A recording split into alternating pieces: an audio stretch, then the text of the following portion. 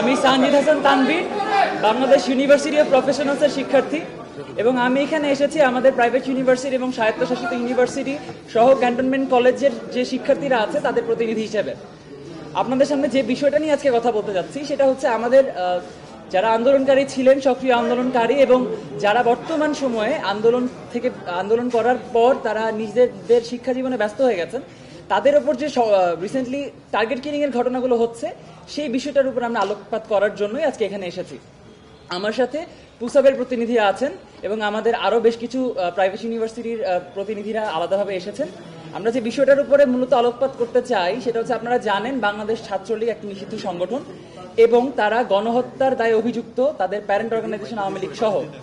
তাদের এমন একটা গণহত্যার দায় মাথায় নিয়েও তারা প্রতিনিয়ত তাদের ফেসবুক পেজ এবং তাদের যারা পরিচিত মুখ আছে তাদের ব্যক্তিগত প্রোফাইল ব্যবহার করে, সাইবার স্পেসকে ব্যবহার করে জঙ্গিবাদমূলক উস্কানি দিয়ে আসছে। তারা প্রকাশ্যে দাবি করছে জয় বাংলার লড়াই বলে তারা বাংলাদেশে একটা গেরিলা যুদ্ধ শুরু করতে চায় এবং যারা আন্দোলনে ছিল তাদেরকে তারা আক্রমণ করবে বলে প্রচ্ছন্ন হুমকিও প্রদান করা হচ্ছে।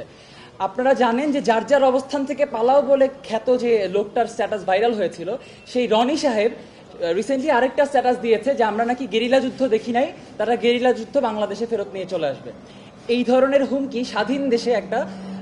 আইনের শাসন যে দেশে আছে সেই দেশে বসে পলাতক নেতাদের এমন হুমকি জঙ্গিবাদের স্বরূপ কেন হবে না, সেই প্রশ্ন আমরা জাতির সামনে করতে চাই। পাশাপাশি আমি বিউপির থেকে প্রতিনিধি আছি, আমাদের সাকিব ভাইকে তার বাসা গাজীপুরে চাঁদাবাজির অজুহাত দিয়ে তার কাছে বাসায় আসে ছাত্রলীগের সন্ত্রাসীরা এবং তিনি যখন চাঁদা দিতে অস্বীকার করেন এলাকার যত ক্যাডার আছে তাদেরকে তারা একসাথে করে এবং তাকে অবরুদ্ধ করে তাকে কুপিয়ে হত্যা করার চেষ্টা করা হয়। তিনি মসজিদে পালিয়ে বাঁচার চেষ্টা করেন এবং তাকে বাঁচাতে গিয়ে তার চাচা আহত হন এবং পরবর্তীতে তিনি হাতে কোপ খান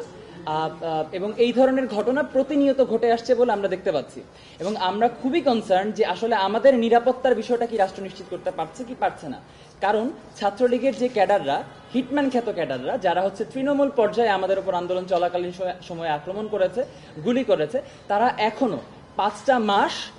তারা ঘুরে বেড়াচ্ছে, ফ্রি ঘুরে বেড়াচ্ছে এবং তাদের মধ্যে বিন্দুমাত্র অপরাধবোধ তো নেই। ছাত্রলীগের যে ব্যক্তিগত অফিসিয়াল ফেসবুক গ্রুপগুলো আছে সেখানে এই টার্গেট কিলিং এর শিকার শিক্ষার্থীদের লাশের ছবি দিয়ে তারা বলছে আলহামদুলিল্লাহ আলহামদুলিল্লাহ আলহামদুলিল্লাহ।